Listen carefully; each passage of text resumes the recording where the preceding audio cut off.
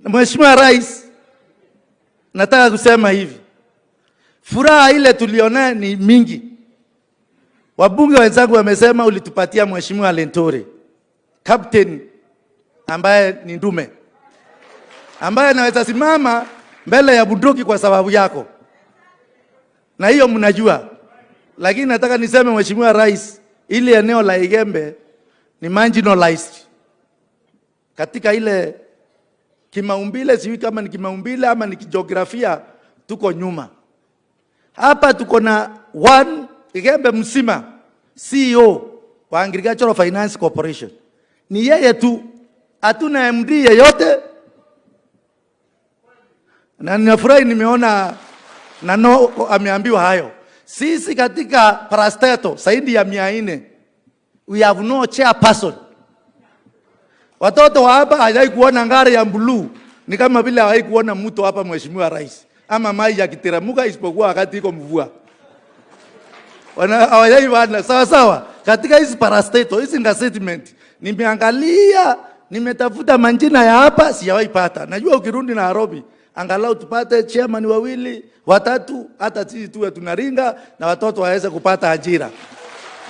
Nikirejelea agenda ya leo, umetembea katika eneo la Meru kuangalia maendeleo na kusidua maendeleo.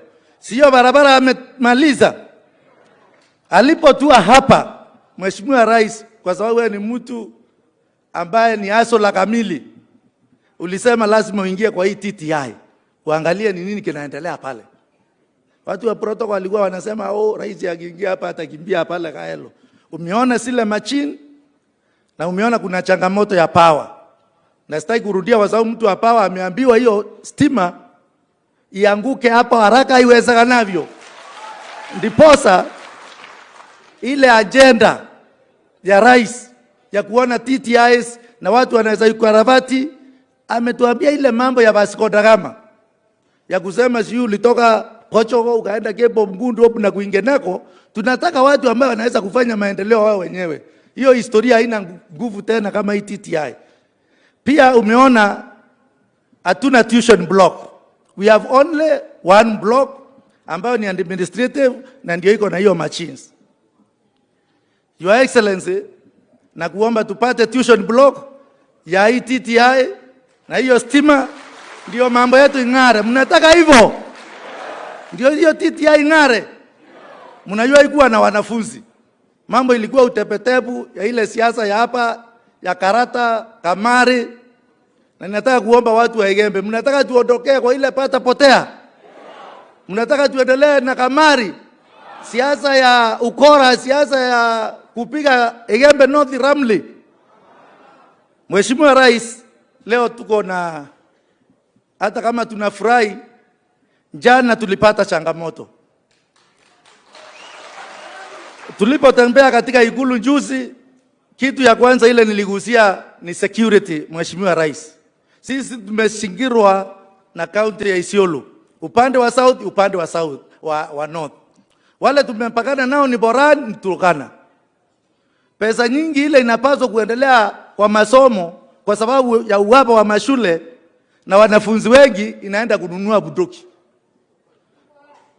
Na ndio sisi tumeangamia. Ng'ombe jana waliibiwa na watu 2 wakaaga. The day before another person was killed in Igembe Central. Kwa hivyo kabla hujaondoka hapa Mheshimiwa Rais, naomba kwa unyenyekevu tuweze kupata NPR wa kutosha. Waziri wako wa internal security alitembea akatuahidi KPR watu 200. Na tangia wakati huo hakuna yule amewasili. Mheshimiwa Rais, kabla yatoka NPR, your commanders waambiwa wao hapa ndiposa tuweze kujimundu kiusalama, watu wasiangamie, wasikufe kama wale walikufa jana. Mabarabara. Leo kuna barabara iko hapo Security Road inaitwa Antobeto Market, ambayo inapigia msitu unaitwa Ngaya mpaka Kinandroba, unaunganisha sisi na hiyo sehemu ambayo ya ukora. Na hiyo najua umenakili na watu wameambiwa. Najua kuko na shinda ya pesa kidogo.